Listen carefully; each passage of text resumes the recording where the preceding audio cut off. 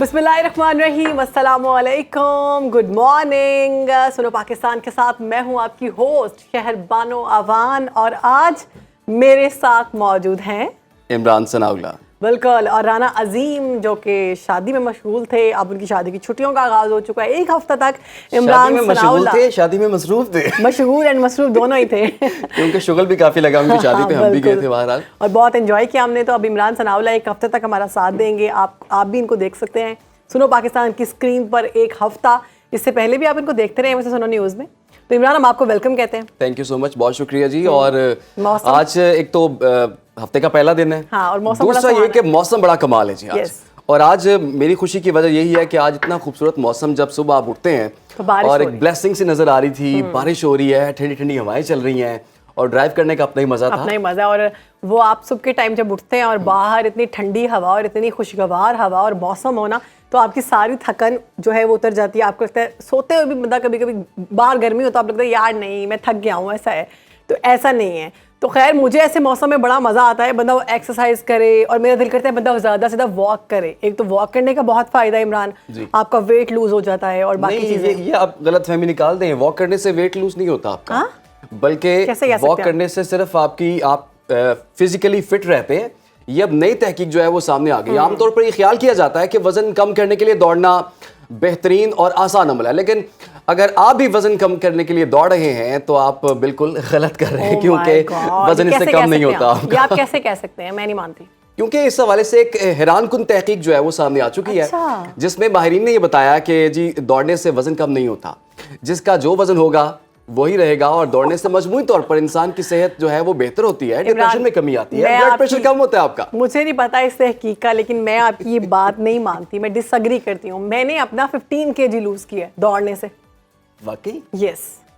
तो मैं नहीं मानती, लेकिन आपने साइंसदानों को चैलेंज कर दिया बहरहाल। तो साइंसदानों को चैलेंज कर सकते हैं, हमने ये अमली मुजाहिरे किए। हम भी तो साइंसदान हैं।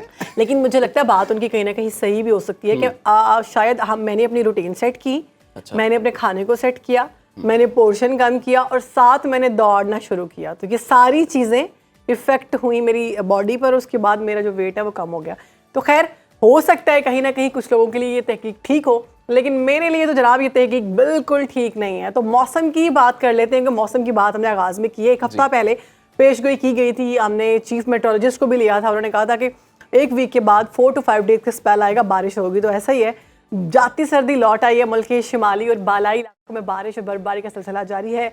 सर्दी की शिद्दत में इजाफा हो गया। वादी नीलम के सियाहती मकामात पर शदीद बर्फबारी और मूसलाधार बारिश से शाहराए नीलम और राब्ता सड़कों पर फिसलन से ट्रैफिक का निज़ाम मुतासर हुआ है।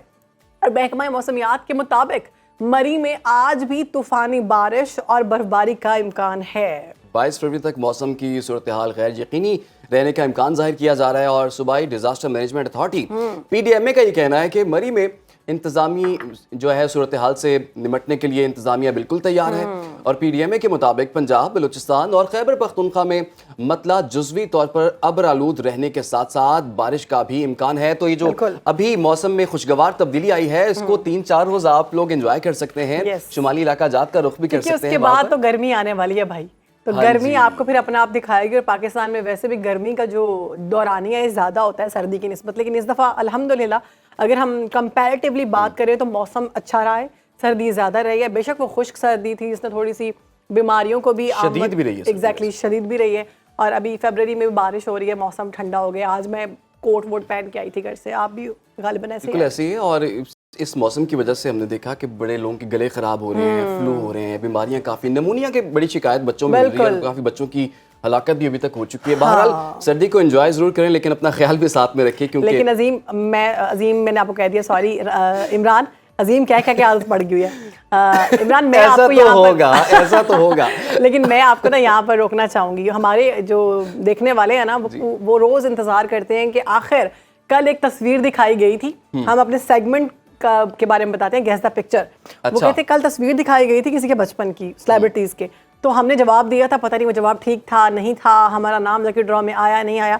तो खैर उनकी जो इंतज़ार की घड़ी है वो ख़त्म होना चाहती हैं। हम आपको दिखाते हैं कि जो तस्वीर आपको दिखाई गई थी फ्राइडे को, वो दोनों बहनें मावरा और उर्वा हैं। तो ये बहुत अच्छी एक्ट्रेस हैं, अभी दोनों ने ब्रेक लिया हुआ है और बहुत सारे लोगों ने बाकी जो बहनें हैं जिनको हमने देखा है कॉम्बो बहनें, एमन मिनाल हैं ट्विंस, ये वैसे ट्विंस नहीं है, ये जो मावरा है ये छोटी हैं, उर्वा बड़ी हैं। उर्वा के भी हालिया बेटी पैदा हुई है और मतलब इन्होंने अभी काम छोड़ा हुआ है। तो खैर अभी अगली तस्वीर देख लेते हैं हम। जिन लोगों ने जवाब दिया उनका नाम शामिल कर लिया गया है लकी ड्रॉ में। तो अगली पिक्चर देखते हैं। बताइए इमरान, गेस करें कि ये अगली पिक्चर में कौन है। अच्छा, तो वैसे मैं पिक्चर्स गेस करने में कोई इतना अच्छा नहीं हूँ, लेकिन मुझे अगर आप दिखाएं तो मैं थोड़ा सा अंदाजा लगा सकता हूँ और अपने ले नाज़रीन को जी, भी हम दिखाते क्या हैं। लगता है ये वाह, किसकी वाह, जवानी की पिक्चर है? बचपन तो नहीं कह सकते। ये मैं नाम बता दूं? नाम नहीं बताना आपने, लेकिन आपने कोई करीब गेस अच्छा, बताना वैसे है। ना देख के आप देखें इनकी स्माइल से लग रहा है कि बड़ी अजीम शख्सियत क्रिकेटर है, क्रिकेटर लग रहे हैं आपको? नहीं, मुझे कमेंटेटर लग रहे हैं। बस आपने सारा ही बता दिया। भाई ये सुनो बड़ी का भी हिस्सा पर्सनैलिटी रहे लग हैं, रहे हैं। सुनो का भी हिस्सा रहे हैं। हो सकता है सुनो का भी हिस्सा रहे हों और हो सकता है कि सुनो का हिस्सा ना रहे हों। अच्छा, मुझसे ना मेरे प्रोड्यूसर बहुत तंग होते हैं, वो कहते हैं तुम प्रॉपर सारा कुछ बता देती हो शहरबानो, ना बताया करो। लेकिन चूंकि देखने वाले मेरे घर वाले हैं, मेरे दोस्त हैं, तो मैं उनको बता देती हूँ ताकि उनको लिखने में आसानी हो। तो तरीका यही है जो हमें आज देख रहे हैं उनके लिए, क्या आपने हमारे व्हाट्सएप नंबर पर बताना है कि ये तस्वीर किसकी है, किसकी जवानी की पिक्चर है, बचपन तो नहीं कह सकते। आपने हमारे फेसबुक पेज पर कमेंट करना है, आपने हमारे यूट्यूब पर कमेंट करना है, यूट्यूब को सब्सक्राइब करना है, फेसबुक को फॉलो करना है और अपने 3 दोस्तों से फेसबुक और यूट्यूब फॉलो करवाना है। उसके बाद आपका नाम लकी ड्रॉ में आएगा। फ्राइडे को आप में से कोई एक भी हो सकता है जो बहुत लकी है, उसका नाम निकला है। तो क्या मिलेगा इनाम में? रॉयल की वॉशिंग मशीन। वाओ, वाजिबात। तो इमरान अब आपने नहीं मैसेज कर देना, अब तो मैं मैसेज करने लगा हूं। आप प्रोग्राम संभालिए, मैं मैसेज करता हूँ क्योंकि मुझे तो पता ही है कौन। आपको पता है इस बारे में, लेकिन आपने आईडी चेंज करके मैसेज नहीं करना क्योंकि आपको और मुझे और हमारी जो सुनो की टीम है, सुनो पाकिस्तान की टीम, वो इसमें शामिल नहीं है क्योंकि ये उनको ही मिलना चाहिए जो देखने वाले हैं, जो ज्यादा पसंद कर रहे हैं और ज्यादा हिस्सा डाल रहे हैं। चलें, अगर मैं आपको एक कहानी सुना देता हूँ। अकबर और सीता की कहानी। ये बड़ी दिलचस्प कहानी है जी। भारत में हिंदू इंतहापसंद जानवरों के मामले में भी अब इंतहापसंदी का मुजाहरा करने लगा है और भारत की रियासत मगरबी बंगाल के सफारी पार्क में अकबर और सीता नामी एक खूबसूरत शेर का जोड़ा लाया गया और उन्हें एक ही पिंजरे में रखा गया, जिस पर हिंदू इंतहापसंद तंजीम ने तशवीश का इजहार करते हुए शेर के जोड़े को एक ही पिंजरे में रखने के अमल को मजहबी रंग देते हुए महकमे जंगलात पर मुकदमा दायर कर दिया जनाब। ओह माय गॉड, ये मैं क्या सुन रही हूँ। तो ये वाकया जो है कोलकाता हाई कोर्ट की दायर दरखास्त में हिंदू तंजीम का ये कहना था कि हुकाम ने ऐसा करके उनके मजहबी जज्बात को ठेस पहुंचाई है। दोनों शेरों को अलहदा किया जाए। दरखास्त में शेर के जोड़े का नाम तब्दील करने की इस्तदाबी की गई, यानी उसका नाम अकबर से हटा के कोई और रख दें। मामले पर रद्द-ए-अमल जाहिर करते हुए महकमा जंगलात ने कहा है कि शेर और शेरनी को हाल ही में लाया गया था ज़ूलॉजी पार्क से और मुंतकिल किया गया था। इनको जोड़े का नाम पहले ही रखा गया था, तो बाद में आप नाम क्यों तब्दील करना चाहते हैं? सवाल ये पैदा होता है। लेकिन मुकदमे पर समाअत 20 फरवरी को होगी। हमने हिंदुओं की इंतहा पसंदी तो बहुत देखी, यानी मुसलमानों के साथ उनका बड़ा मसावी सलूक था। अगर हम दूसरे बात करें मसलकों की, मजहब की, तो उनके साथ बड़ा बुरा सलूक था।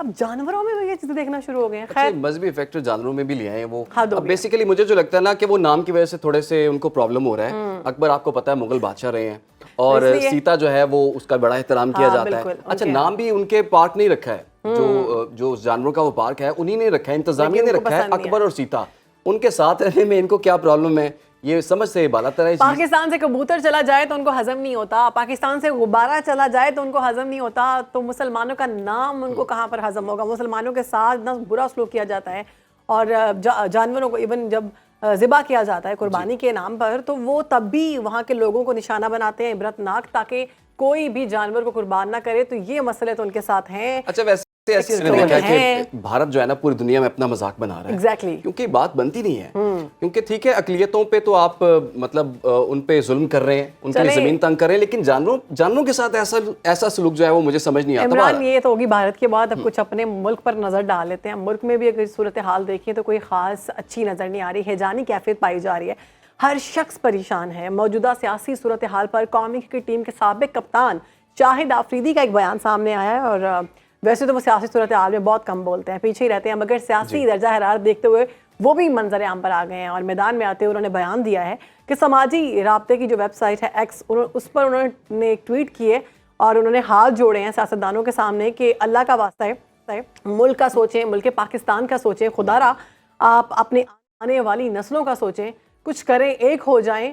हर आदमी हर रोज़ हर एक नई कहानी लेकर आ जाता है और हर आदमी तंग है।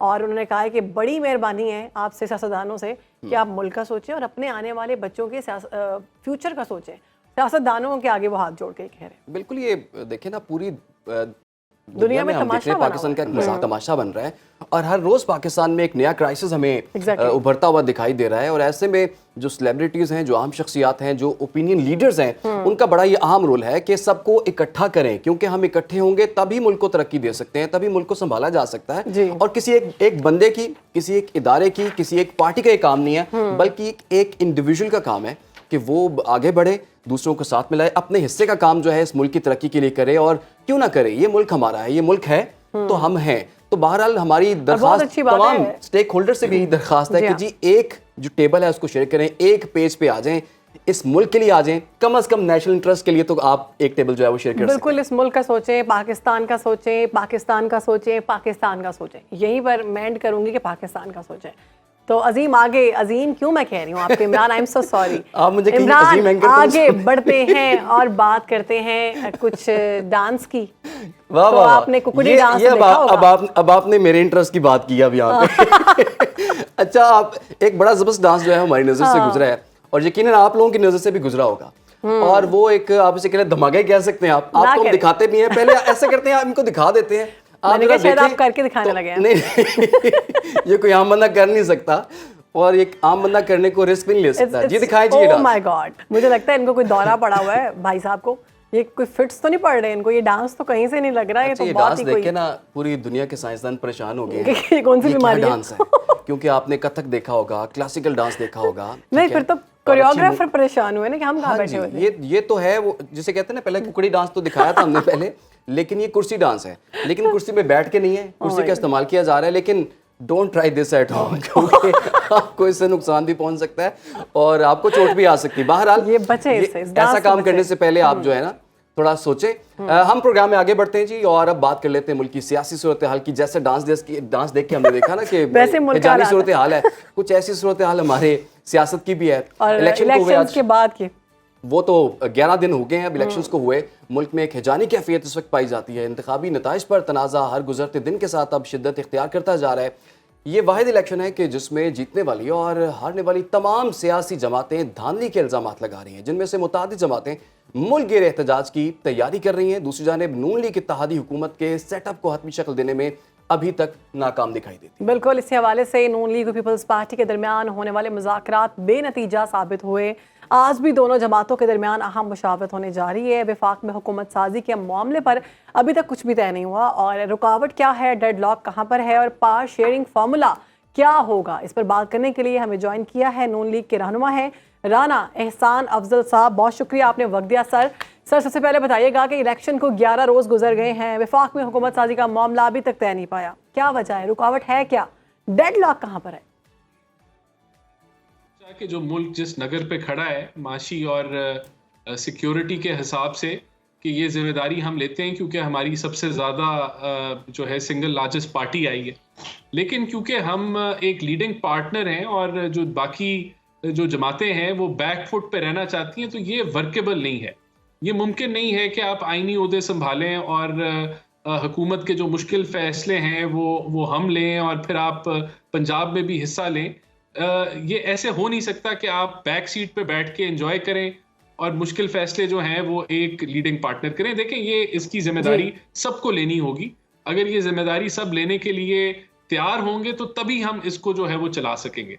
तो ये एक मेजर इशू है जो PMLN समझती है कि ये इस तरह मुमकिन नहीं होगा कि पीपल्स पार्टी कहे कि आईनी ओहदे हमारे और हम लोग जो है वो गवर्नमेंट का हिस्सा नहीं बनेंगे और बैठ के हम देखेंगे कि क्या हो रहा है। तो इस तरीके से हमें लगता है कि मुल्क आगे नहीं चल सकेगा जिस तरह के चैलेंजेस मौजूद हैं। तो ये एक वजह, मेजर वजह है कि अभी तक जो है ये मामला चल रहे हैं। लेकिन हमें उम्मीद है कि जब ये पार्टीज का इजलास होता है तो बेहतर फैसला होगा।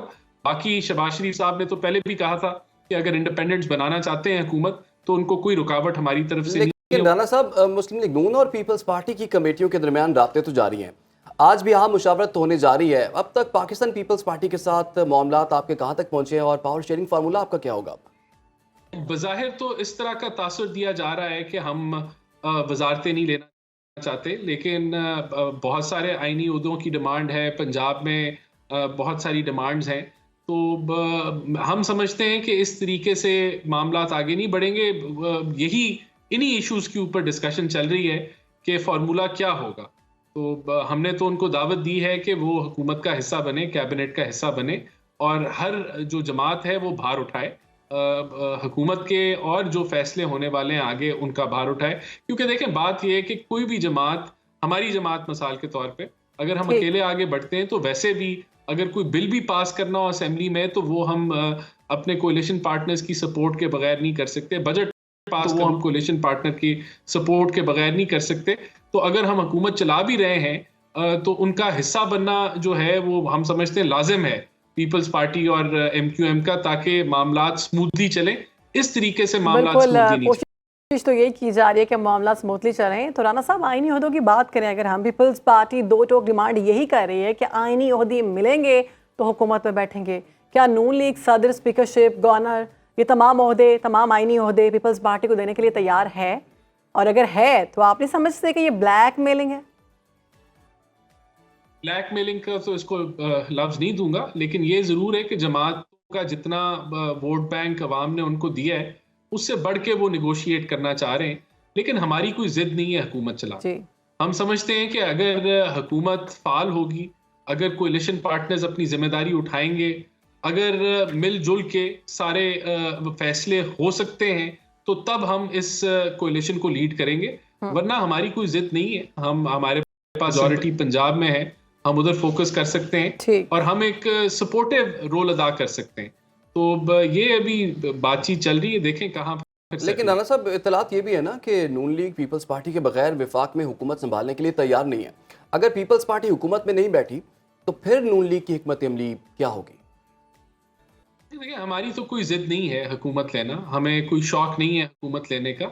लेकिन हम समझते हैं ये जिम्मेदारी बनती है सारी जमातों की कि जिस दराए पे मुल्क खड़ा है माशी हालात की वजह से और अब सिक्योरिटी है, कि इस वक्त कलेक्टिव रिस्पॉन्सिबिलिटी लेने का वक्त है। चाहे हुकूमत हो, ऑपोजिशन हो, चाहे जो रियासती इदारे हैं, उनको मिलके आगे बढ़ना होगा, जिम्मेदारी का एहसास करना होगा। तो अगर पीपल्स पार्टी जो है वो हमारे साथ उनका मामले नहीं सेटल होते तो पीएमएलएन को कोई शौक नहीं है कि वो वफाकी हुकूमत की डोरे संभाले। कोलिशन हुकूमत वो होती है जहां हर पार्टनर इक्वल। राना साहब, मुतादिद सियासी जमातें इलेक्शन में मुबैना धांधली के खिलाफ सड़कों पर हैं। मौलाना और पीटीआई मुल्क गिर एहतजाज करने जा रही है। इस सियासी इंतशार में आने वाली हुकूमत आप समझते हैं चल पाएगी? पाकिस्तान में हमेशा धांधली का शोर मचता है और ये मैं नहीं कहता कि सारा शोर गलत होता है, लेकिन इसका हल सड़कों से नहीं निकलेगा। इसका हल जो है वो लोगों की आमदोरफ्त जो है उसको रोक के, शहरों को ब्लॉक करके, मेन शाहराहों को मुतासिर करके हल नहीं निकलेगा। हल अगर किसी के पास शवाहिद हैं, किसी के पास कोई ऐसी डॉक्यूमेंट्स हैं जिससे वो साबित होता है कि धांधली हुई है, तो वो फिर इलेक्शन कमीशन में लेके जाएं, इलेक्शन ट्रिब्यूनल्स में लेके जाएं, अदालतों में लेके जाएं, हल वहीं से निकलेगा। और इसके अलावा कोई हल नहीं है। तो हम तो बिल्कुल सपोर्ट करते हैं कि जहां कोई धांधली हुई है सबसे पहले उसको कंडेम किया जाए और वहां ईसीपी, इलेक्शन कमीशन जो है और केयर टेकर सेटअप अपनी जिम्मेदारी का एहसास करते हुए अब उन चीजों को रिस्पॉन्ड। इसमें का कोई रोल नहीं है। हमने इलेक्शन नहीं कराया था, ना हमने रिजल्ट इशू किए थे, ये इलेक्शन कमीशन ने रिजल्ट सारा मामला किए थे। तो ये अदालतों के जरिए जो है कोई रास्ता निकल सकता है। और तो कोई आपके ख्याल में आपने बात वैसे ठीक किया है कि अदालतों के जरिए ये रास्ता निकल सकता है, किसी को कानून हाथ में लेने की इजाज़त नहीं होनी चाहिए। लेकिन राना साहब, ये वाहिद इलेक्शन है ना जिसमें जीतने और हारने वाली तमाम सियासी जमातों ने इंतखाबी नताइज को मुस्तरद कर दिया है और इलेक्शन में मुबैना धांधली का इल्ज़ाम लगाया है। नून लीग क्या कहती है कि मुबैना धांधली के इल्ज़ामात की जुडिशल तहकीकात कितनी ज़रूरी हैं? देखें, बड़ी सिंपल सी बात है। जब आप इलेक्शन ट्रिब्यूनल में जाते हैं तो वहां तहकीक ही होती है ना। अगर कोई धांधली हुई है तो वहां आप शवाहिद लेके जाते हैं, फिर उस पर बहस होती है, उसको देखा जाता है कि शवाहिद ठीक है नहीं ठीक, आरओ को तलब कर लिया जाता है, डब्बे खुलवा लिए जाते हैं। तो ये तहकीक ही होती है। जो इलेक्शन ट्रिब्यूनल्स में होता है उसको तहकीक ही आप कहते हैं। वही रास्ता है। देखें, इस मुल्क में कानून कायदे हैं, पूरा एक निज़ाम है। अब हम कहें कि जी यहाँ कोई कमीशन बिठा दें तो कमीशन पे कोई उंगली उठा लेगा। तो तरीका कार, जो तर्ज है, जो रास्ता है, उसको अपनाएं। अपने हमने तो अपनी जमात के लोगों को भी कहा है जो कहते हैं कि धांधली उनके साथ हुई है, हमने कहा आप शवाहिद लेके इलेक्शन ट्रिब्यूनल में जाएं, वहां शवाहिद पेश करें। तो यही रास्ता है, इसके अलावा कोई रास्ता नहीं है। तहकीक भी शवाहिद पेश इसी करने रास्ते शुक्रिया राना एहसान अफजल साहब मौजूद थे, अपनी पार्टी की तर्जुमानी कर रहे थे और उन्होंने बताया कि उनका क्या मौक़िफ़ है, आगे आने वाली हुकूमत में मजीद क्या कुछ होने वाला है। ये सब आपको साथ साथ बताते रहेंगे। एक छोटी सी ब्रेक ले रहे हैं, ब्रेक के बाद हाजिर होते हैं। आपने कहीं जाना नहीं, देखते रहिए सुनो पाकिस्तान।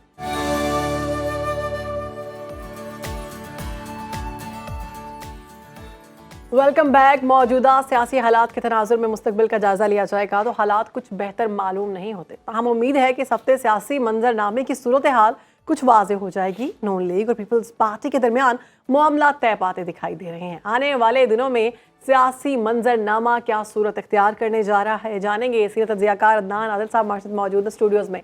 अदनान साहब कैसे हैं? मैं बिल्कुल ठीक हूँ। इससे पहले कि मैं आपकी सवालों का ताबड़तोड़ सवालों का जवाब दूँ, एक दिलचस्प बात बताऊँ कि आजकल बहुत लतीफ़े और मीम्स जो हैं वो इलेक्शन के ऊपर चल रहे हैं। तो एक बड़ा जो मेरा पसंदीदा है उसमें ये दिखाया गया है कि एक बच्चा अपने माँ बाप से कह रहा है कि हमारा इम्तिहान भी इलेक्शन कमीशन को लेना चाहिए, रात को पता चले हम फेल हो गए, सुबह उठे तो पास हो गए।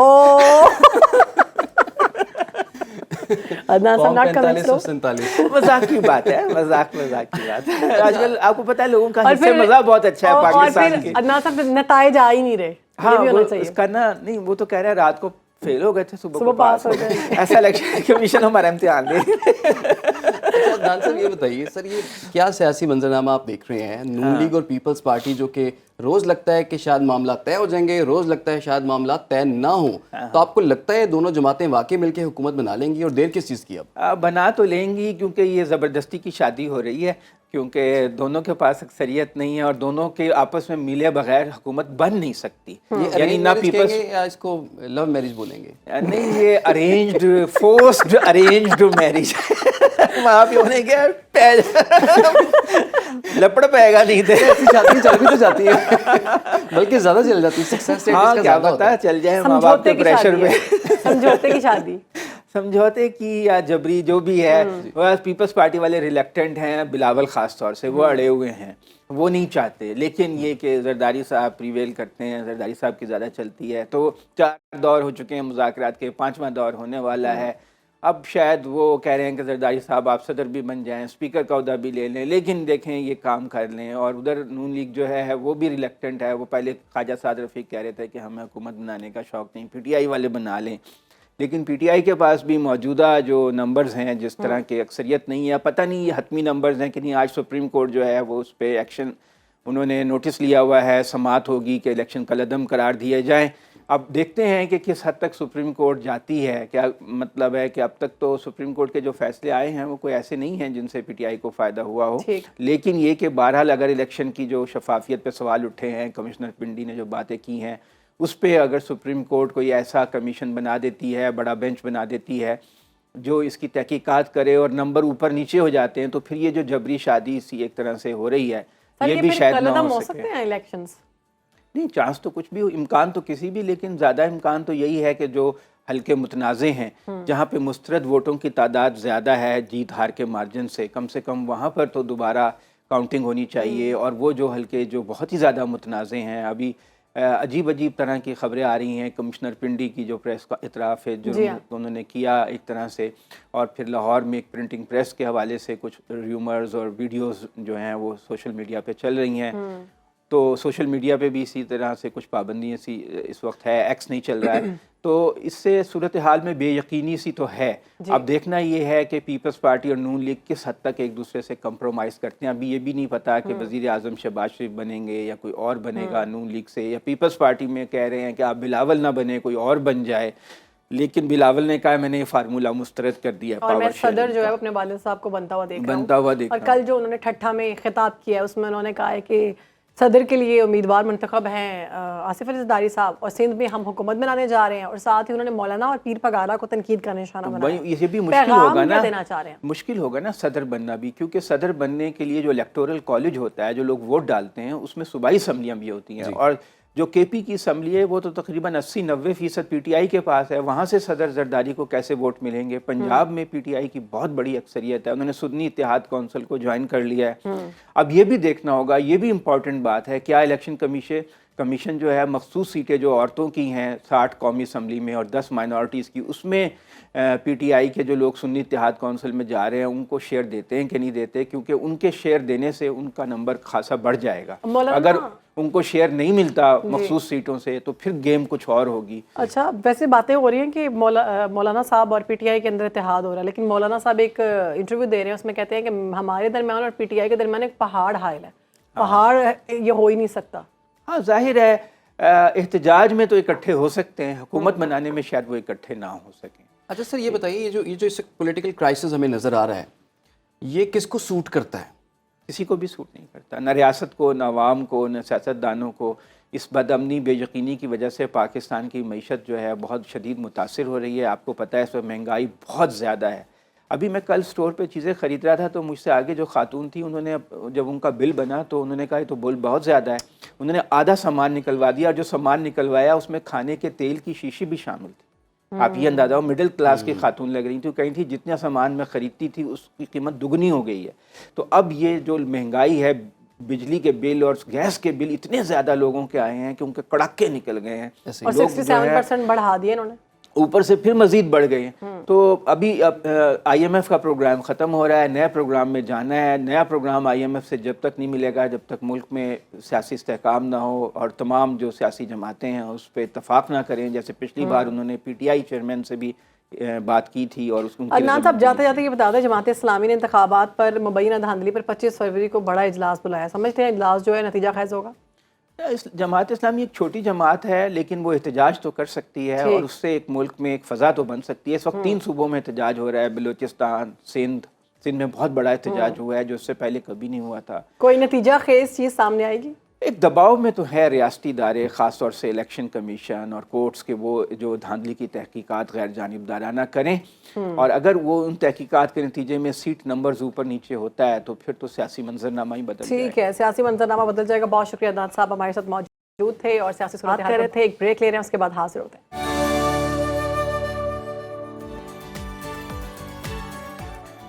वेलकम बैक जनाब। प्रोग्राम में आगे बढ़ते हैं और बात करते हैं एक इंतहाई अहम टॉपिक की। किसी भी मुल्क को कामयाबी से चलाने के लिए निज़ाम बहुत ज़्यादा अहमियत का हामिल होता है। मौजूदा मुआशी और सियासी बहरान में हमारे निज़ाम की खराबियाँ पूरी तरह अया हो चुकी हैं। अब इलेक्शन के बाद की सूरत हाल के मुतालिक बात कर लेते हैं। पाकिस्तान में महंगे तरीन इलेक्शन हुए, मुल्क की मईशत का 47 अरब रुपये का खर्चा हुआ, मगर इसका नतीजा क्या निकला? तमाम सियासी जमातें इंतखाबी नताइज तस्लीम करने के लिए तैयार हैं ही नहीं और इस निज़ाम पर ना तो सियासी जमातें और ना ही इस निज़ाम के तहत बनने वाली आइंदा हुकूमत से अवाम मुतमईन दिखाई दे रहे हैं। तो इसी तमाम तर सूरत हाल पर बात कर लेते हैं। हमारे साथ मौजूद हैं सलामती अमूर के माहिर सैयद मोहम्मद अली साहब। बहुत शुक्रिया सर आपके वक्त का।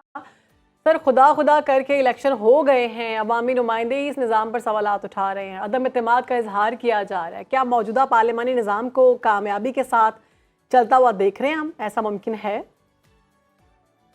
बहुत शुक्रिया जी। मैं समझता हूँ बहुत अहम सवाल है आपके सामने। देखें, इसको 3 एस्पेक्ट्स इसके देख सकते हैं। जो आलमी तारीख है उसमें जो पार्लिमानी निज़ाम है या सदारती निज़ाम है या इसके अलावा कोई भी सियासी निज़ाम है, अगर उसकी हम कामयाबी या नाकामी का जायज़ा लें तो ये एक हकीकत है कि पिछले 50 साल के दौरान बहुत सारे जो तरक्की पजीर ममालिक जो कि एक नौबादियाती दौर से आज़ाद हुए थे, वो बतदरीज आपको पार्लिमानी निज़ाम की तरफ बढ़ते हुए नज़र आते हैं। ये एक तकरीबन 50 से ज़्यादा दुनिया के ममालिक जो हैं तरक्की पजीर, वो पार्लिमानी निज़ाम को अपना चुके हैं। दूसरी जानिब आप ये भी देखते हैं कि कुछ ममालिक में सदारती निज़ाम बहुत कामयाबी के साथ नाफिज है, चाहे वो अमेरिका हो, चाहे वो रूस हो, चाहे वो फ्रांस हो या और भी कई ममालिक हैं। लेकिन इसकी कामयाबी और नाकामी का जो सवाल है उसका दारोमदार 2-3 पहलुओं पे है। पहली बात यह है कि आपका जो माशरा है वो किस नौइयत का है, वहाँ का कल्चर क्या है और जो निज़ाम है उसकी आईनी उसकी हैसियत क्या है।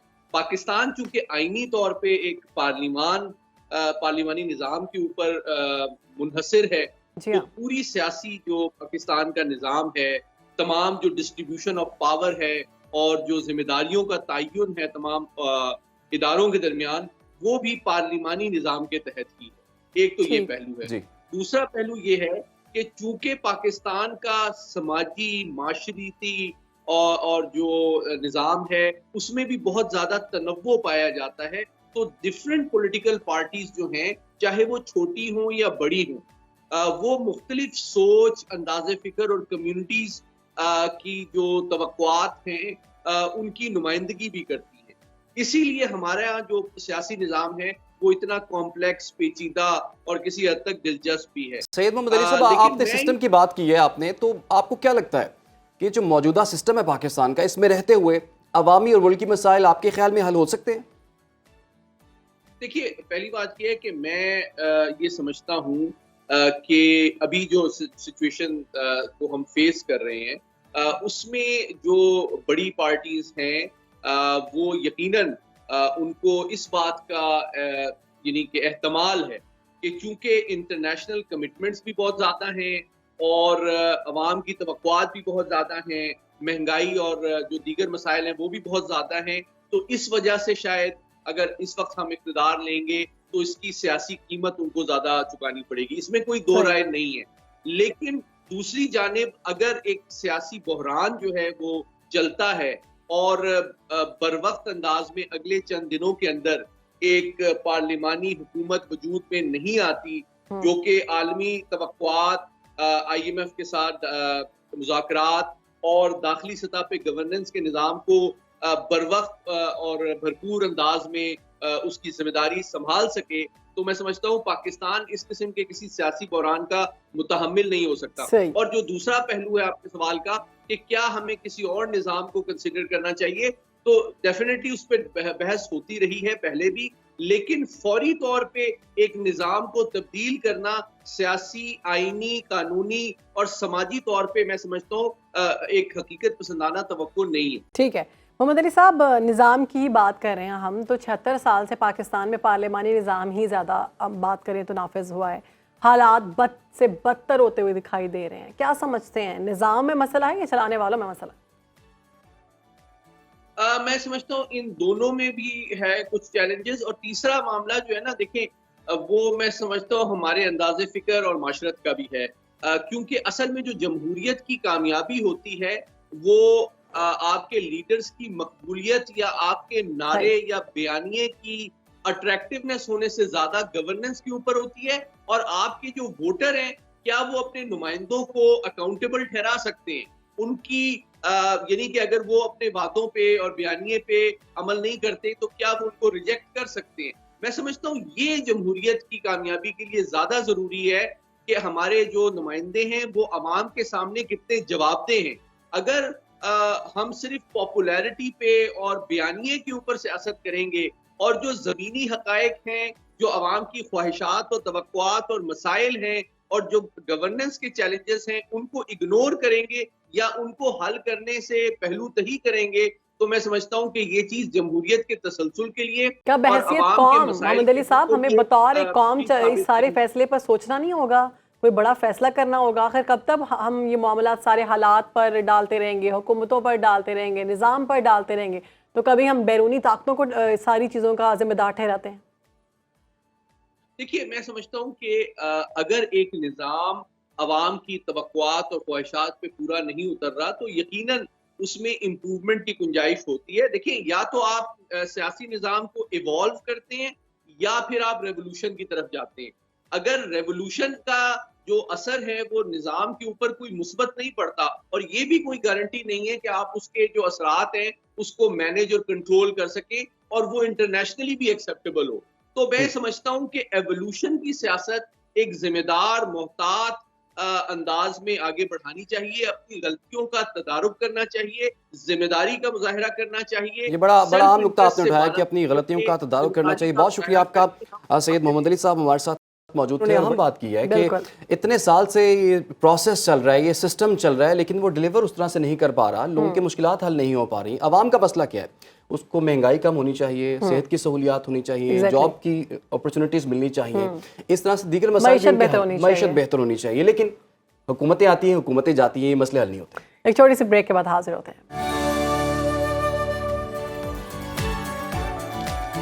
वेलकम बैक नाजरीन, एक बार फिर बात करेंगे, ये क्या करें आप, ये जी गला मेरा काफ़ी ख़राब है, तो मैंने कहा कि अगले घंटे के लिए ज़रा अपना गला ठीक कर लिया जाए। ये क्या पी रहे हैं आप? ये जी मैं जोहर जोशादा पी रहा हूँ, करशी का। अच्छा, करशी का जोहर जोशांदा। फ्लू, नज़ला, जुकाम, गले की खराश, खांसी और बुखार के लिए क्या बात है। ये सारी अलामात आप मुझ में देख सकते हैं। अच्छा, ये साशे साशे में मिल जाता है इसका? हाँ जी, बड़ा ज़बरदस्त है जी। कि आपको पता है कि हम जो है हम बोलते हैं और काफ़ी ज़्यादा बोलते हैं, काफ़ी टाइम के लिए बोलते हैं और हाई पिच पे बोलते हैं, तो हमें गले के मसाइल बड़े ज़्यादा होते हैं। और आजकल मौसम भी कुछ ऐसा है, तो मैं तो ये करता हूँ कि बड़ा इजी ये तरीकाकार है। अच्छा, इसमें ऐसे ही इसको बनाने का तरीका। अच्छा, इसके ऊपर लिखा हुआ है तरकीब इस्तेमाल।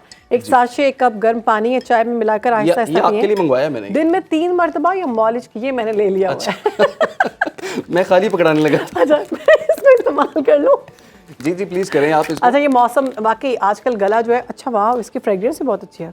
जी जी जी, खुशबू अच्छी है, इसमें सौंफ कपड़ों है। में नहीं लगाना आपने। अच्छा, इसमें सारा डाल सकें एक कप जी में? जी जी बिल्कुल आपके लिए, चलें, ठीक बच्चों के है। लिए भी ये ठीक है और बड़ों के लिए भी ठीक है। बच्चे अच्छा, भी ले एक और चीज़ हम देखते हैं ना, जब गला खराब होता है तो हम ढूंढते हैं, अपनी मदर को ढूंढते हैं कि जी कहीं से हमें कहवा बना के दे दें। हाँ, ये फिर वो बहुत जड़ी ज़बरदस्त बूटियाँ चीज़ हैं कि आप किस तरह से ढूंढेंगे, वो अगर खुद बनाने आप बैठते हैं तो रात को आपको लेकिन पता है। ऑफिस में ये अवेलेबल तो नहीं होता ना, तो ऑफिस में बंदा ये अपने बैग में रख सकता है, इजी टू ऑफिस कैरी। में रात में आप ओवन में पानी गर्म कर लें, इवन कि हमने चाय में बना के या इसे पी लिया। ये आप फायदा हुआ, थैंक यू। जी मेरे जी, भी गला मैं बहुत तंग कर रहा है। और मंगवा लेता हूँ, तो आप लोगों के लिए भी जो अभी देख रहे हैं हमें। अच्छा, इमरान मैं फर्स्ट टाइम पी रही हूँ, टेस्ट भी अच्छा है। अच्छा अच्छा अच्छा, नहीं टेस्ट भी अच्छा है इसका, आपको अफाका भी होगा। बहरहाल गले का ख्याल बहुत ज़रूरी है जी। मुझे ये बता दें, इसको गर्म पानी में पी सकते हैं? मैंने तो चाय में डाला है, चाय में भी डाल के पी सकते हैं? आप इसको चाय में, दूध आप में? गर्म पानी में पी सकते, दूध में ना करें, ठीक वैसे है। चाय और गर्म पानी में आप इसको पी सकते हैं। और देखिए ना, रात को 10 बजे के बाद अक्सर इलाकों में गैस चली जाती है और कुछ अवेलेबल नहीं होता, आप बना नहीं सकते कोई कहवा वगैरह अगर किसने बनाना है, तो ये बड़ा आसान है कि पाउडर फॉर्म में है, इजी टू कैरी, आप पॉकेट में डाल के ले आएं। बल्कि ऑफिस में मैं तो कहता हूँ आप रख लें अपने पास, क्योंकि ज़बरदस्त जी, बहुत ज़बरदस्त चीज़ है। करशी का ये जोहर जोशांदा इस्तेमाल करें जब भी आपके गले में खराश हो, फ्लू हो, आपको आप डाउन महसूस करें, तो ये आपके लिए बेहतर होगा। तो अब आगे बढ़ते हैं, बात करते हैं खेल की। खेल के मैदान से खबर जो है वो आप सबको पता है, PSL 9 के चर्चे हैं। पाकिस्तान सुपर लीग 9 का मेला तमाम तर रानाइयों के साथ शुरू हो चुका है। सनसनीखेज और असाब शिकन मुकाबले जारी हैं, चौकों छक्कों की बरसात है, विकेटें उड़ाई जा रही हैं। एक्शन से भरपूर क्रिकेट के इस रंगारंग मेले में कौमी क्रिकेटर समेत दुनिया भर के मारूफ खिलाड़ी अपनी सलाहियतों का जौहर और मुजाहिरा कर रहे हैं। गुज़श्ता रोज़ कज़ाफ़ी स्टेडियम लाहौर में खेले जाने वाले PSL के दूसरे मैच में कोयटा ग्लैडिएटर्स ने 16 रन से पेशावर ज़ल्मी को शिकस्त दे दी, जबकि मुल्तान में खेले जाने वाले तीसरे मैच में मेज़बान मुल्तान सुल्तान्स ने कराची किंग्स को 55 रन से शिकस्त दी। आज PSL के चौथे मैच में लाहौर में कोयटा ग्लैडिएटर्स और लाहौर कलंदर्स के दरमियान कज़ाफ़ी स्टेडियम में जोर का जोड़ पड़ेगा। इसी तमाम तरह सूरत हाल पर और आने वाले मैचेस पर बात कर लेते हैं। हमें ज्वाइन कर लिया है स्पोर्ट्स तजज़ियाकार अहमद नजीब सत्ती साहब ने। अहमद साहब, आपके वक्त का बहुत शुक्रिया। PSL 9 अपनी पूरी आबोताब के साथ शुरू हो चुका है, मैचेस हो रहे हैं, क्रिकेट का जुनून सर चढ़कर बोल रहा है। PSL के मैचेस को आप कितना एंजॉय कर रहे हैं? जी बहुत शुक्रिया मधु करने के लिए। बहुत एंजॉय कर रहे हैं क्योंकि लाहौर से आगाज़ हुआ है। अच्छी बात यह है कि लाहौर में शायकीन क्रिकेट एक अच्छी तादाद में मैदानों का रुख कर रहे हैं। फिर जो आपके सामने जो है ना, मुल्क में काफ़ी एक टेंशन का माहौल था, पॉलिटिकल इलेक्शन हुए थे, तो क्रिकेट वो जो कहते हैं उसको डिफ्यूज करने के लिए क्रिकेट सबसे बड़ा तोहफा है कि लोग अब डाइवर्ट हो रहे हैं, आहिस्ता आहिस्ता अपने मेंटली रिलैक्स हो रहे हैं। सो मैचेस भी बहुत अच्छे हो रहे हैं, हाई स्कोरिंग मैचेस हो रहे हैं। सती, अगर इसकी ओपनिंग सेरेमनी की बात करें तो आपको कैसी लगी ओपनिंग सेरेमनी? ओपनिंग सेरेमनी अच्छी थी, हमेशा की तरह ही। डेफिनेटली आपको पता है कि मेंटली रिलैक्स होने के लिए थोड़ा इंटरटेनमेंट बहुत जरूरी होती है आपकी लाइफ में। सो बहुत अच्छी परफॉर्मेंसेस सबने दी, अली जफर, आयमा बेग, नूरी बैंड और आरिफ लोहार साहब ने, तो काफी अच्छी सेरेमनी। अच्छा, बाबर आजम की जो टीम थी और है पेशावर ज़ल्मी, उसको बड़ा मजबूत समझा जा रहा था, मगर मैच में कोयटा ग्लैडिएटर्स ने 16 रन से शिकस्त दे दी। किसकी गलती थी ज्यादा, क्या समझते हैं आप? देखिए, बात यह है कि अपेरेंटली कुछ जो मिस्टेक्स नजर आई उसमें, एक तो शॉर्ट बॉलिंग खिलाई थी पेशावर ज़ल्मी ने। 4 बॉलर थे, कोई जेन्युइन स्पिनर नहीं खिलाया। उनके पास स्पिनर हैं, जैसे Mehran Mumtaz left arm spinner उनके पास है, आरिफ याकूब है, तो वो पार्ट टाइम स्पिनर्स के साथ गए। जैसे उनको इसी वजह से एक बॉलर शॉर्ट होने की वजह से उनको पार्ट टाइमर साइम अयूब और मौजले जो है उनसे बॉलिंग करानी पड़ी। फिर दूसरी मिस्टेक ये देखी कि उन्होंने जब उनका रन रेट बहुत उनको ज्यादा चाहिए था, तो उस मौके पे उनके पास जो पिंच हिटर थे आसिफ अली, उनके बजाय उन्होंने मौजले और दूसरे खिलाड़ियों को प्रेफर किया। फिर जो कुछ खिलाड़ी थे उनके मौजले भी इवन और जो टॉम कॉलर कैटमोर जिनको टीकेसी कहा जाता है वो भी बाबर आजम का साथ नहीं दे सके। तो ये कुछ वजूहात अपेरेंटली थी जिसकी वजह से पेशावर ज़ल्मी शॉर्ट रह गया। अच्छा एबर ये बताइए, जो आज लाहौर कलंदर्स और कोयटा ग्लैडिएटर्स के दरमियान एक मैच होने वाला है, कौन सी टीम आपको मजबूत दिखाई देती है? वैसे ऑन पेपर कोयटा ग्लैडिएटर मुझे थोड़ी ज्यादा मजबूत दिखाई देती है, क्योंकि लाहौर कलंदर जो कि 2 मरतबा का लगातार चैंपियन है, राशिद खान के ना होने से उनकी बॉलिंग में बड़ा फर्क आया है। दूसरा मसला ये है कि उनके जो हारिस रऊफ है वो बहुत के की बॉलर थे, हैं अब भी, लेकिन वो आउट ऑफ फॉर्म है बहुत अरसे से, आप लोग सबके सामने है कि वो परफॉर्म नहीं कर पा रहे हैं। पहले उनके स्पिनर भी लैग कर रहा था, रात को सिकंदर रजा पहुंच गए, ज्वाइन कर लिया इनकी टीम को, लेकिन वो भी जेन्युइन स्पिनर नहीं है, वो भी ऑलराउंडर है। सो ये थोड़े से मुझे लगता है कि लैग कर रही है लाहौर के अंदर, बैलेंस नहीं है उनके स्क्वाड के अंदर। ऑन पेपर ये लग रहा है माइट बी, मैं जब मैच खेलने आए तो अच्छा, सत्ती कहानी कोई मुख्तलिफ हो, राशिद लेकिन और सिकंदर महसूस ऐसा होता है कि की- कोयटा ज्यादा बैलेंस है। राशिद और सिकंदर की कोई कमी पूरी कर सकेगा? जी, सिकंदर तो ज्वाइन कर लिया है, लेकिन राशिद की कमी कोई पूरी दुनिया में पूरी नहीं कर सकता। वो दुनिया के नंबर 1 स्पिनर हैं, स्पेशली वाइड बॉल फॉर्मेट के अंदर, तो उनकी कमी तो पूरी दुनिया में कोई नहीं पूरी कर सकता, तो इसलिए वो कमी रहेगी। आप कौन सी टीम को सपोर्ट करें? मेरा शहर इस्लामाबाद है, तो इस्लामाबाद मुश्किल यूनाइटेड। सवाल। ठीक है, तो क्या समझते हैं कि जीतेगी भी इस्लामाबाद? देखिए, वैसे स्क्वाड तो उनका बहुत अच्छा है, मेरे अलावा भी सभी बहुत से लोग ये तवक्को करेंगे उनका स्क्वाड बहुत अच्छा है, तो उनको एटलीस्ट फाइनल खेलना चाहिए। लेकिन ये तो चाहिए, देखिए ना, एक होती है ऑन पेपर अच्छी टीम, एक होता है कि एक्चुअली ग्राउंड में परफॉर्मेंस देने वाली टीम। अभी लंबी लीग है, आगे चल के पता चलेगा कौन सी टीम कितने हमारे पानी साथ में है। इंजमामुल हक साहब भी मौजूद थे 2 दिन पहले, तो उनकी जानिब से भी यही कहा गया था कि इस्लामाबाद यूनाइटेड उनको पसंद है, वो ज्यादा अच्छी लग रही है उनको। जी, क्योंकि उनका मुतवाज़िन है कि क्रिकेट में होता है कि आपकी बैटिंग, आपकी फास्ट बॉलिंग, आपका स्पिन डिपार्टमेंट, आपका ऑलराउंड डिपार्टमेंट, आपका top order, middle order, lower order, ये सब में अच्छे प्लेयर होने चाहिए, डिवाइड होने चाहिए। तो बज़ाहिर इस्लामाबाद यूनाइटेड के पास ये तमाम साइड्स कवर है, और सबसे जो इम्पोर्टेंट पॉइंट है, उनके जितने फॉरेन प्लेयर थे, की प्लेयर थे, वो सब उनको ज्वाइन कर रहे हैं। अक्सर टीमों के साथ बैड लक क्या हो जाती है, हुई भी है, हर सीजन में होती है, कि जो उन्होंने पूरी प्लानिंग की होती है जिन कुछ प्लेयर के ऊपर, फॉरेन प्लेयर्स के ऊपर, वो एंड टाइम पे उनके मुल्क से एनओसी नहीं मिलती है, समाव वो नहीं आ पाते हैं, इंजर्ड हो जाते हैं, तो वो उनका सारा बैलेंस खराब हो जाता है। तो कुछ टीमों के साथ इस बार भी हुआ है। इस्लामाबाद यूनाइटेड लकी है कि उनको अभी तक सारे उनके जो फॉरेन प्लेयर्स हैं उनकी सर्विसेज हासिल हैं, बल्कि लोकल जो की प्लेयर्स हैं वो भी उनके साथ हैं, कोई इंजर्ड नहीं है, सब मौजूद है। अच्छा एबर ये बताइएगा, लाहौर कलंदर्स की आप बात कर रहे थे, पिछले 2 सीजन से हम देख रहे हैं कि लाहौर कलंदर्स बहुत अच्छा परफॉर्म कर रही है, और इस दफ़ा और पिछले 2 सीजन का अगर कंपैरिजन किया जाए तो लाहौर कलंदर्स की आपको स्ट्रेंथ्स क्या नजर आ रही हैं और वीकनेसेस कहाँ पे हैं उनकी? देखिए, स्ट्रेंथ उनकी सबसे बड़ी रही है कि बॉलिंग, जिसकी बेस के ऊपर वो 2 टाइटल उन्होंने जीते हैं। इस मर्तबा मुझे लगा थोड़ी लैक ऑफ प्लानिंग है कि उनको पता था राशिद खान अवेलेबल नहीं है, उनको पता था, क्योंकि राशिद खान की इंजरी थी, वो इंजरी की वजह से उसे रिकवर कर रहे थे। उन्होंने एक चांस लिया था, लेकिन अगर आप चांस ले रहे हैं तो फिर आपने बैकअप भी रखना है। उनको बैकअप के ऊपर एक और तगड़ा स्पिनर रखना चाहिए था कि राशिद नहीं होंगे तो हम एक और स्ट्रॉन्ग स्पिनर रखेंगे। लाहौर कलंदर ने कोई प्रॉपर अच्छा तगड़ा स्पिनर राशिद के बैकअप में नहीं रखा है अभी तक। सो ये एक तो कमी मुझे दिख रही है लाहौर कलंदर्स में। दूसरा, बैटिंग में इतनी मुझे डेप्थ नहीं लग रही है लाहौर कलंदर की। तो पहले जो उनकी बैटिंग में थोड़ी बहुत कमी पूरी कर लेती थी बॉलिंग, तो इस मर्तबा राशिद के ना होने से उनको मिडिल ओवर्स में प्रॉब्लम रहेगी लाहौर कलंदर। अच्छा, दूसरा ये बताइए कि ये मुल्तान और कराची का जो मैच हुआ है, मुल्तान 55 रन से वो मैच जीत गया है, तो आपको क्या लगता है इस मैच पे आपका क्या एनालिसिस है? बहुत बड़े मार्जिन से नहीं शिकस्त दे दी उन्होंने? जी, मुल्तान ने बिल्कुल वन साइडेड कर दिया ये मैच। बहुत जबरदस्त बैटिंग की मुल्तान ने। मुल्तान की देखिए, एक तो चीज हमें मुल्तान की समझनी पड़ेगी, अगर पूरे पीएसएल की हिस्ट्री में सबसे ज्यादा कैलकुलेटेड और करेक्ट क्रिकेट खेलती है वो मुल्तान सुल्तान खेलती है, बहुत ही कैलकुलेटेड। उनके स्टाफ है बहुत आउटस्टैंडिंग है शुरू से, और वो आप देखिएगा कि बाकी प्लेयर अगर किसी दूसरी फ्रेंचाइज में स्ट्रगल कर रहे थे, वो मुल्तान में आए तो उन्होंने उससे एक्स्ट्रा परफॉर्मेंस की है। कल के मैच में कराची का ना कॉम्बिनेशन समझ में आया और कराची की परफॉर्मेंस समझ में भी नहीं आई। अब आप देखिए कि कराची में कल उनका बड़ा इंपॉर्टेंट प्लेयर था जेम्स विंस, आउट हुआ, तो ऊपर से 7 बेग अभी बिल्कुल अंडर 19 वर्ल्ड कप खेल के आया, वो तो बिल्कुल बच्चा लगता है, घबरा कर ही आउट हो गया। उसके बाद 2 एंकर्स इकट्ठे हो गए, शोएब मलिक और शान मसूद, दोनों ने शुरू में इतना ठक्का लगाया कि वो मैच एक काइंड ऑफ उनके हाथ से निकल गया। ठीक है, बाद में शोएब मलिक ने रिकवरी की, लेकिन बाकी जो बैट्समैन आए ना वो नहीं साथ दे सके। तो वो मुझे लग रहा है कि मिडिल पाकिस्तान सुपर लीग की अगर बात की जाए तो ऑल ओवर द वर्ल्ड एक ब्रांड बन चुका हुआ है, तो कितना ज़रूरी है पाकिस्तान के लिए इस तरह के टूर्नामेंट्स करवाना?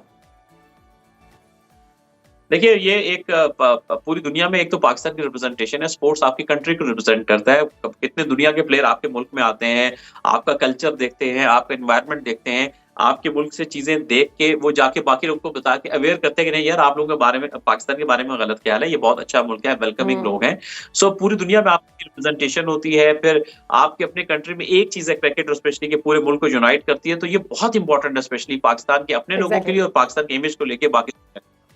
ठीक है, बहुत शुक्रिया आपका। हमारे साथ मौजूद थे स्पोर्ट्स एनालिस्ट नजीब सत्ती साहब और PSL 9 के बारे में बता रहे थे।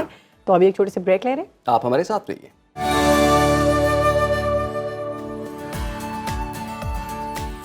ओके जी, अब बात करेंगे कुछ शादी की। तो इमरान, अगर आपसे पूछा जाए कि शादी के लिए बेहतरीन उम्र क्या है तो आप क्या कहेंगे? आपने कहा था बड़ा आसान सवाल करेंगे, इतना मुश्किल सवाल आप वैसे मैं एक्सपेक्ट नहीं कर रहा था आपसे। आपने शादी की उम्र की बात की है, तो वो पंजाबी में एक गाना भी है या कुछ बात इस तरह से है कि दिल होना चाहिए जवान ते उम्रां च की रखिया। तो मेरा ख्याल है शादी की कोई भी उम्र हो सकती है। जी जी जी जी। खैर, ये तो इस बारे में बहुत तहकीक भी सामने आई है कि 25 से अगर 28 साल के दरमियान अगर आप शादी करते हैं तो वो ज़्यादा कामयाब रहती है। तो कोशिश करें कि 25 से 28 के दरमियान करें। लेकिन मेरी यहाँ पर ये बात याद रखिएगा कि ये चीज़ या तहकीक जो भी होता है ये हर शख्स पर लागू नहीं होता। आपकी लाइफ के सर्कमस्टेंसेस डिफरेंट होते हैं, आप किसी और लाइफ में होते हैं, आपकी ज़िंदगी में लोग जिस तरह से मुतासिर होते हैं, क्या करते हैं क्या नहीं करते, आपकी जॉब, आपकी लाइफ डिफरेंट है। तो एक तहकीक जो है वो सब पर लागू नहीं हो सकती। तो इसी पर बात कर लेते हैं। हमारे साथ मौजूद है relationship coach Mrs Khan. Mrs Khan, कैसी हैं आप और क्या समझती हैं कि शादी के लिए आइडियल उम्र कौन सी है?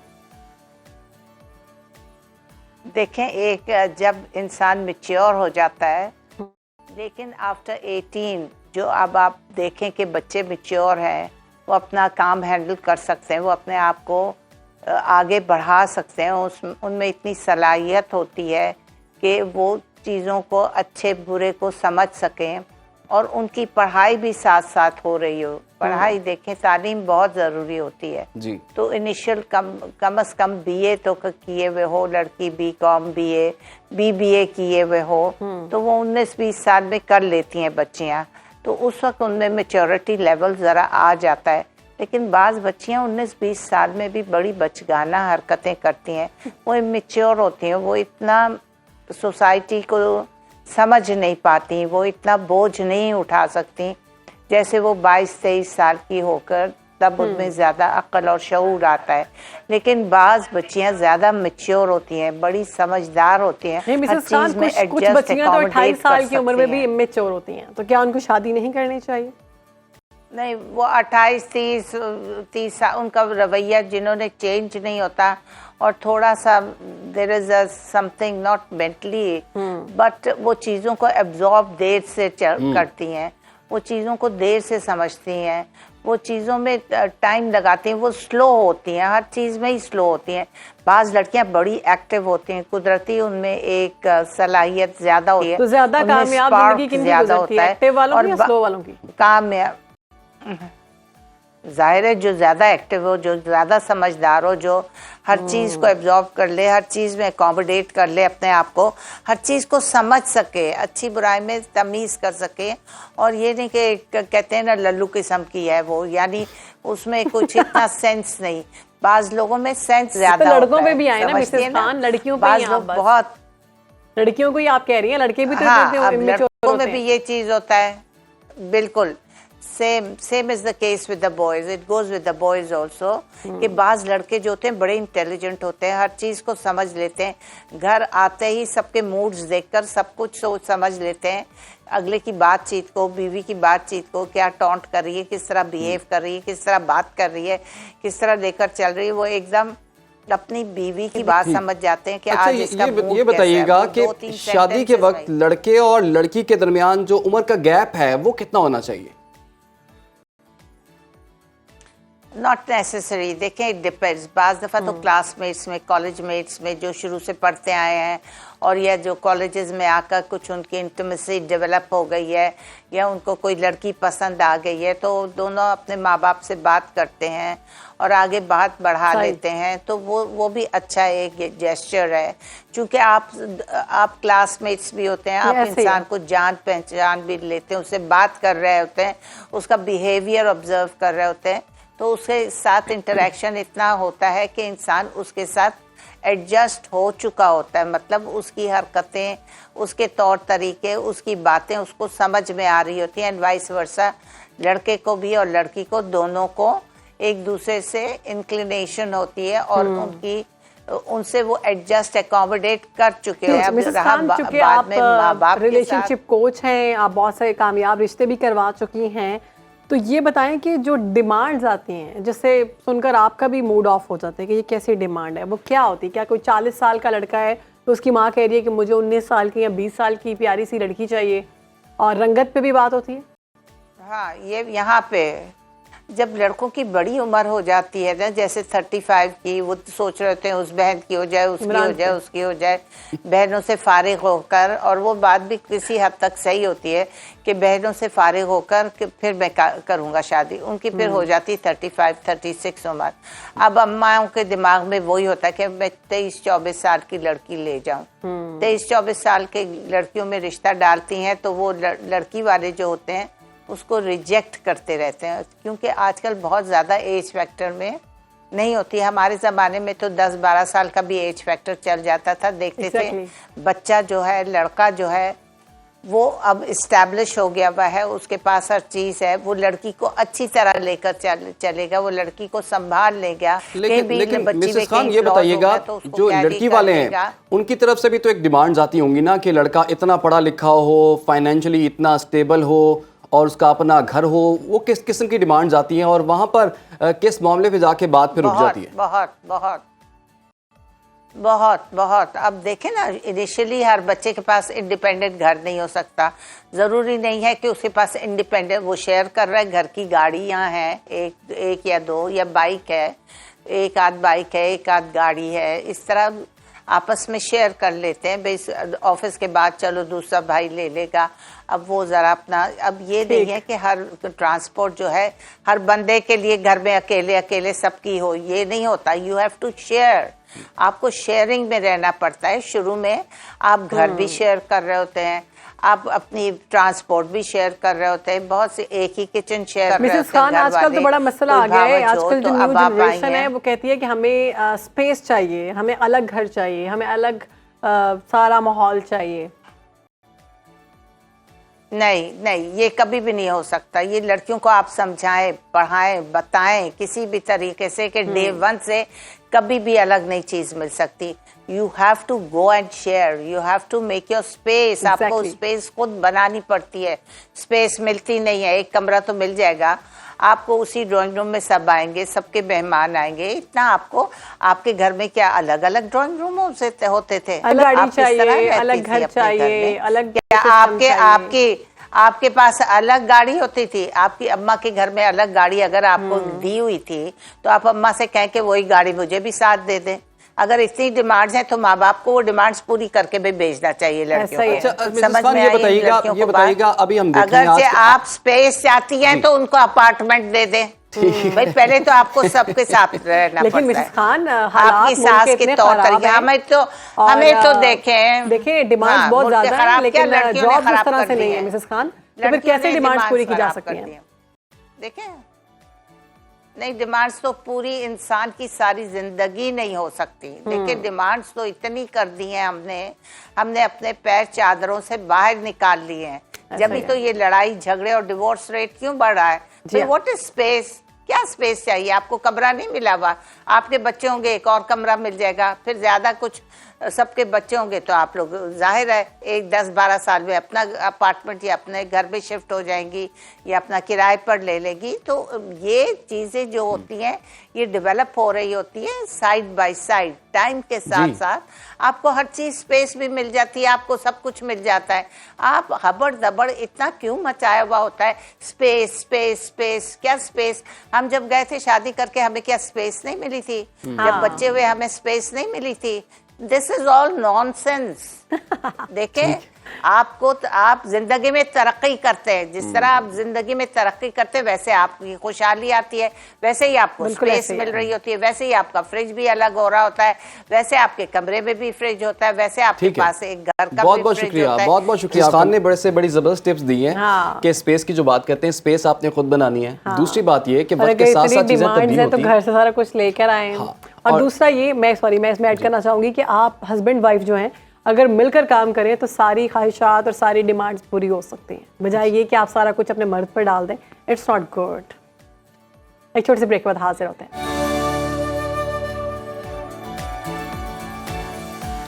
वेलकम बैक नाज़रीन। हमने एक अरसे से देखा है, पिछले कुछ अरसे से हम ये देख रहे हैं कि मुल्क में मल्टी वाइटामिन्स और फूड सप्लीमेंट्स का इस्तेमाल उसमें तेज़ी से इजाफा हो रहा है। वाइटामिन्स और फूड सप्लीमेंट्स जिस्म में ग़िज़ाई अज्जा की कमी को पूरा करने के लिए तजवीज़ किए जाते हैं, मगर इस हवाले से वफाकी वजारत सेहत का एक बड़ा फैसला जो है वो सामने आया है। मुल्क भर में डॉक्टर्स को वाइटामिन्स और फूड सप्लीमेंट्स तजवीज़ करने से रोक दिया गया है। बिल्कुल, इस पर पाबंदी का नोटिफिकेशन भी जारी कर दिया गया। खबरदार किया गया है कि अगले फैसले पर अमल दरामद ना किया गया तो सख्त कार्रवाई होगी। वजारत सेहत के ऐलान के बाद तिब्बी हलकों में एक तशवीश की लहर पाई जाती है। इस वक्त पाकिस्तान में 1600 से ज़ायद एलोपैथिक और वाइटामिन्स और फूड सप्लीमेंट्स कंपनियां रजिस्टर्ड हो चुकी हैं, जिनका काम सिर्फ यही करना है कि वो रोज़ाना की बुनियाद पर लोगों को ये चीज़ें मुहैया करती हैं। विटामिन्स और फूड सप्लीमेंट्स पर पाबंदी क्यों लगाई गई, सारी सूरत हाल पर बात करने के लिए हमारे साथ मौजूद है न्यूट्रिशनिस्ट उम्मे फरवा। वेलकम करते हैं आपको उम्मे फरवा। उम्मे, सबसे पहले फरवा ये बताइएगा कि ये फूड सप्लीमेंट्स और विटामिन्स डॉक्टर क्यों लिख कर देते थे? क्या सेहत के लिए ज़रूरी था? और ये जो इकदाम किया गया हुकूमत की जानिब से, ये सही है, ये गलत? सबसे पहले तो ये कि जो भी हमारे सप्लीमेंट्स होते हैं विटामिन्स और मिनरल्स के, जिस तरह micro nutrient supplements, they are very important provided के एक पेशेंट के अंदर वाकई डेफिशिएंसी है। जिस तरह अगर हम एक बच्चे की न्यूट्रिशन से अगर बात करें, जहाँ से शुरू होती है, तो माँ के पेट से लेके जब तक वो बच्चा 2 साल का नहीं हो जाता, इस दौरान उसको बहुत ज़्यादा उसके लिए विटामिन्स और मिनरल्स जो हैं वो इम्पॉर्टेंट है। अगर इसकी उसके अंदर कमी हो तो इसे हम हिडन हंगर बोलते हैं, माइक्रो न्यूट्रिएंट मैल न्यूट्रिशन, और इसके नतीजे में बच्चे की जो ग्रोथ है वो स्टंटेड रह सकती है। इसीलिए हम कहते हैं कि बच्चे की न्यूट्रिशन बड़ी इंपॉर्टेंट है कि उससे 2 साल की उम्र तक माँ जो है वो ब्रेस्ट फीड भी करवाए, और हम मेक श्योर करें कि उसकी डाइट में विटामिन्स और मिनरल्स जो हैं उससे एसेंशियल न्यूट्रिएंट्स वो प्रोवाइड किए जा रहे हैं। गवर्नमेंट खुद भी 0 to 59 मंथ्स यानी 5 साल तक के जो बच्चों को है, साल में 2 दफ़ा हम विटामिन ए की जो मेगा डोज है वो भी पोलियो कैंपेन के दौरान वो भी बच्चों को दी जाती है, वो गवर्नमेंट की तरफ से होता है।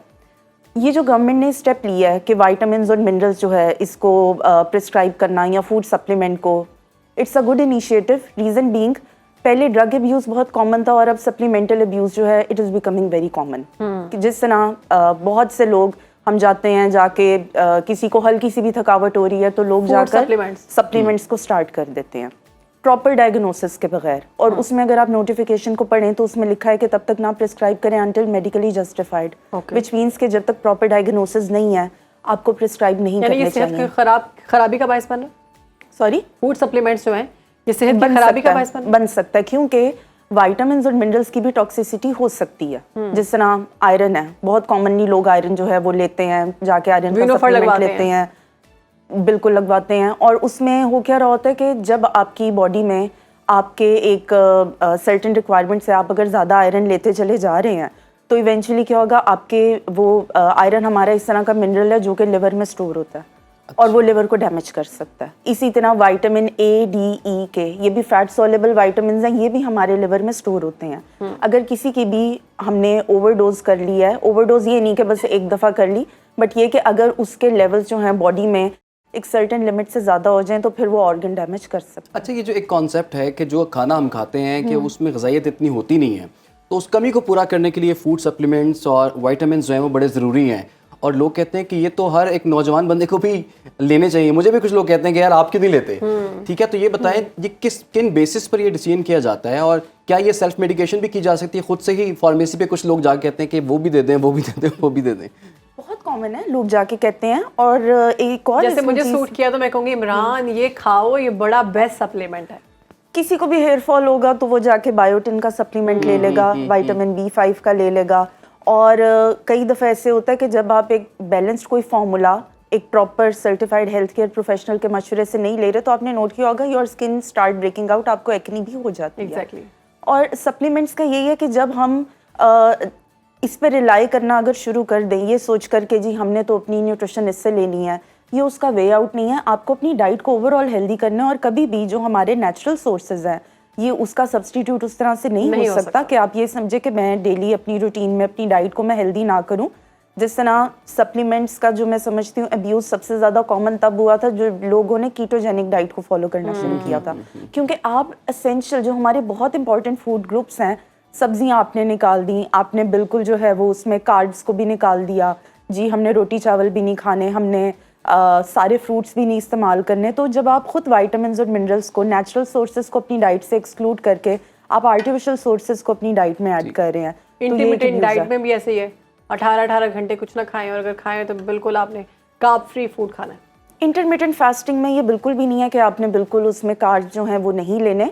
उसमें ये है कि ठीक है एक सर्टेन विंडो जो है आप उसमें खाते हैं, कुछ लोगों के लिए वो बेनिफिशियल होता है, बट अगेन वो हर पेशेंट को सूट नहीं करता। अगर मैं इंटरमिटेंट फास्टिंग करूं मुझे कभी भी सूट नहीं करेगा क्योंकि मेरा मेटाबॉलिज्म उससे स्लो डाउन हो जाता है। कुछ लोगों को ये बताइएगा, अब लोग भी देख रहे हैं हमें, तो उनके लिए आप ये बताएं कि कौन सी ऐसी डाइट ली जाए कि उनको इन सप्लीमेंट्स की, इन विटामिन्स की ज़रूरत ना पड़े। कोई ऐसी आप फल बता दें, कुछ ऐसे विटामिन्स बता दें या जो कि एक आम ग़िज़ा में हमें मिल सकते हैं, घर में मिल सकते हैं, घर के खाने में मिल सकते हैं, सब्जियों में मिल सकते हैं। आसानी से अपने जहन में रखें कि आपने 5 मील्स जो हैं वो लेने हैं। अगर आपको नहीं भी चांस मिलता कि जी हम 5 दफ़ा दिन में नहीं खा सकते, 5 दफ़ा खाना ये नहीं है नाश्ता भी और फिर एक और खाना, नो।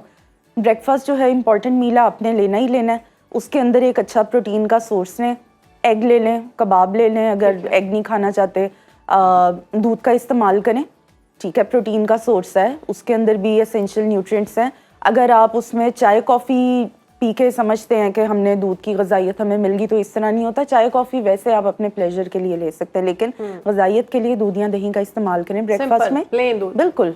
और अगर आपके घर में खुला दूध आता है और आपको जो है वो अपनी वेट रिडक्शन भी करनी है, आप 2 दफ़ा बलाई रिमूव करें, स्किम मिल्क बन जाएगा।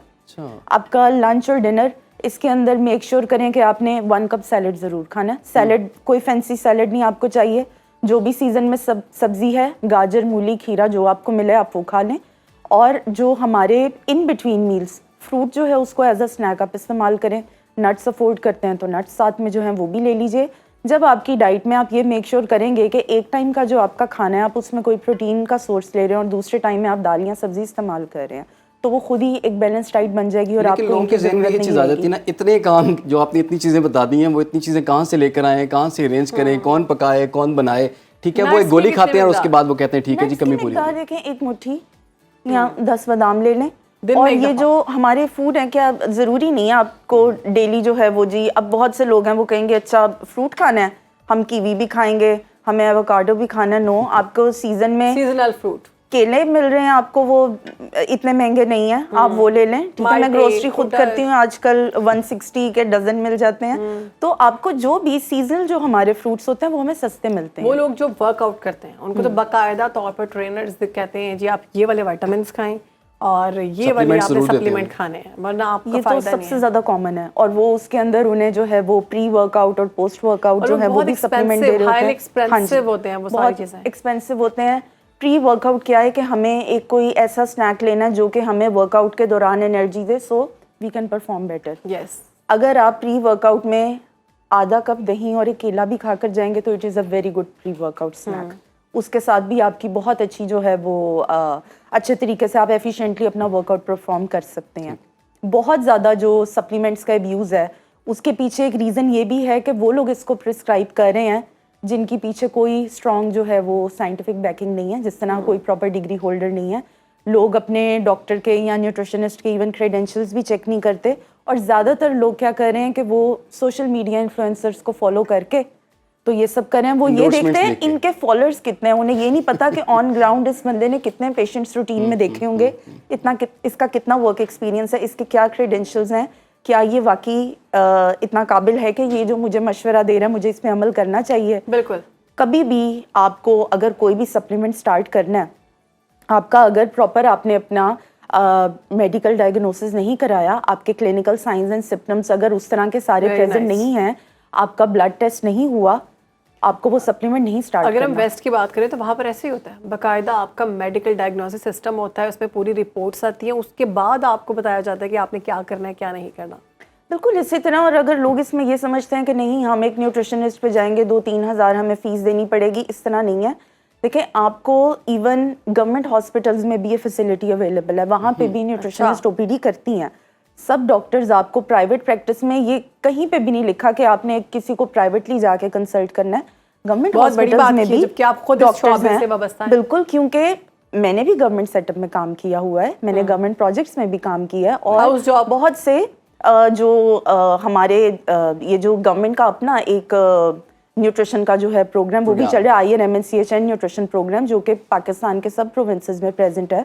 उसमें तो प्रॉपर गवर्नमेंट ग़िज़ाई किल्लत के ऊपर काम कर रही है, सप्लीमेंट प्रोवाइड किया जा रहा है। इवन हमारी प्रेग्नेंट एंड लैक्टेटिंग मदर्स को, बच्चों को भी उनकी न्यूट्रिशन पे भी काम हो रहा है। लेकिन अगर ये गवर्नमेंट ने स्टेप लिया है तो it is a very good step कि हम एक चीज़ों को, हमें अपने सिस्टम को बेहतर कर रहे हैं। अच्छा, जाने से पहले आप जो फूड सप्लीमेंट्स के मुतबादल हमें को 5 ऐसी ग़िज़ाएँ बता दें, अज्जा बता दें जो कि लोग अपनी रूटीन में शामिल कर लें, तो कम अज़ कम जेनेरिक सी चीज़ें बता दें जैसे जो आपने कि पहले उनकी कमी बताया। पूरी हो जाए। जैसे देखें, आयरन के लिए गोश्त खाना आपको ज़रूरी है, ठीक है। एनिमल सोर्सेज का जो आयरन होता है वो हमारी बॉडी में फौरी जज्ब हो जाता है। अगर हम अफोर्ड नहीं करते और हमें प्लांट सोर्स से लेना पड़ रहा है तो उसका सिंपल हल है कि उसके साथ हमें कोई विटामिन सी वाली चीज़ लेनी है। जिस तरह इसकी सबसे आसान मैं आपको एग्जांपल दूंगी, आप नहीं अफोर्ड करते मटन या बीफ खाना क्योंकि उसमें बहुत गुड क्वालिटी आयरन होता है, आप किडनी बीन्स, लाल लोबिया का इस्तेमाल करें। Exactly. और उसके ऊपर लीमू का रस जो है वो छिड़कें, ठीक है। उससे क्या होगा, वो विटामिन सी भी ऐड हो गया और वो आयरन का बहुत अच्छा सोर्स है। अच्छा, एक प्रैक्टिस जो मैंने देखी है ना, वो ये है कि कुछ बुजुर्ग हजरात जो हैं, ख़वातीन जो हैं, वो डॉक्टर के पास जाके खुद कहती हैं डॉक्टर साहब मुझे कोई अच्छे सप्लीमेंट्स लिख दें, मेरे में जान नहीं है। सभी कहते हैं, वो ये भी कहते हैं हम ताकत की गोलियां लिखते हैं, इंजेक्शन ठीक है। और कई लोग उसके बाद ये भी क्लेम करते हैं जी हमने वो फलां सप्लीमेंट लिया था, हमारा तो ब्लड प्रेशर हाई हो गया। ये हमें कोई डायरेक्ट एनर्जी नहीं देते। ये जितने हमारे न्यूट्रिएंट्स होते हैं, ये बेसिकली जो हमारे मैक्रो न्यूट्रिएंट्स हैं, कार्ब्स, प्रोटीन, इनसे एनर्जी निकालने में हमें हेल्प कर रहे होते हैं। ठीक है जी, उम्मे फरवा साहिबा बहुत शुक्रिया, आपने हमें वक्त दिया और बहुत गुफ्तगू का सिलसिला जारी रहा कि आपने क्या खाना है क्या नहीं खाना। सप्लीमेंट्स बंद हो गए, उनकी जानिब से कहा गया कि एक अच्छा इकदाम है, आप फूड सप्लीमेंट्स को छोड़ के अपने खाने पर तवज्जो दें और अपनी सेहत पर तवज्जो दें। एक ब्रेक ले रहे हैं, उसके बाद हाजिर होते हैं।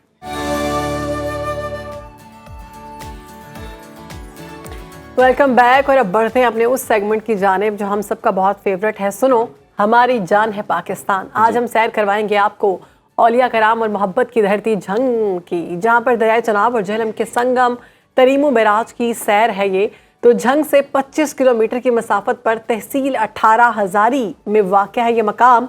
तरीमो बैराज 1939 में दरियाए झेलम और चनाब के संगम पर तामीर किया गया। इसकी तामीर में इंजीनियर्स की जानकारी के साथ कुदरत की कारीगरी भी काफ़ी हद तक शामिल है। इस मकाम पर जहलम दरियाए चनाब की मोहब्बत में अपने आप को इसमें समो लिया है, तभी इन दो बड़े दरियाओं का संगम बनता है। यहाँ से आगे दरियाए झेलम ख़त्म और दूसरे दरियाए चनाब ही बहता है। इस हेड के कई नाम हैं मगर तरीमो और थरेमो ज़ुबान ज़द्दआम है। इन दोनों नामों की वजह एक ही है, इस हेड के 3 मुँह हैं, झेलम, चनाब और फिर पूरा चनाब। तराए मकामी ज़बान में 3 को कहते हैं, इसलिए इसका नाम पहले तराए मुँह था जो बाद में तरीमो पड़ गया। जी हाँ, 1939 में तामीर होने वाले बरतानवी इंजीनियरिंग की अजीम शाहकार है ये, और ये आबी गुजरगाह एक जानिब दरिया बोलान के रास्ते ईरान से और दूसरी जानिब खैबर के रास्ते अफ़गानिस्तान तक जाती है। और ये रास्ता सिंध और कश्मीर के दरमियान राब्ते का भी काम करता था। इस बैराज के पानी की इस्तेदाद कार 2017 से पहले सिर्फ 5 से 7 लाख क्यूसिक थी, ताहम बाद में 13 नए दर्रे बनाए गए जिससे पानी के फ्लो को मैनेज किया गया है। और अब इस बैराज की जो कैपेसिटी है वो 6 लाख से बढ़ाकर 12 लाख क्यूसिक कर दी गई है। हेड तरेमू झंग और दीगर शहरों से आने वाले लोगों की तफरीह का भी अहम मरकज़ है। और तरेमू बैराज पर एक खूबसूरत पार्क और व्यू पॉइंट भी है। यहाँ पर लोग कश्तीरानी और मछलियाँ पकड़ने के साथ साथ नहाकर लुत्फानंदोज़ भी होते हैं। और इसकी वजह से यहाँ पर फ्राई मछली और खाने पीने की दीगर अशिया फरोख्त करने वाली दुकानों का भी ढेर लगा हुआ है। इस तारीखी विरसे देखने के लिए ना सिर्फ मुल्क के तूलो अर्ज से बल्कि दुनिया भर से लोग आते हैं, यहाँ लोग आकर एंजॉय करते हैं। तो ऐसा है मेरा पाकिस्तान, खूबसूरत है मेरा पाकिस्तान। ये हफ्ते के पहले दिन दिखाने का मकसद ये था कि आप डिसाइड करें कि आपने वीकेंड पर कहाँ जाना है। आप ज़रूर अपने लिस्ट में लिख लें कि आपने हेड तरीमों की सैर करनी है, खूबसूरत जगह है। तो ये हमारे पाकिस्तान की खूबसूरती है, पाकिस्तान खूबसूरती से भरा पड़ा हुआ है। तो यहाँ पर इमरान फिर हमारा प्रोग्राम जो है इख्तिताम को पहुँचा। इंशाल्लाह कल आपसे मुलाकात होगी, तब तक के लिए रखिए अपना ख्याल। अल्लाह हाफ़िज़। अल्लाह हाफ़िज़।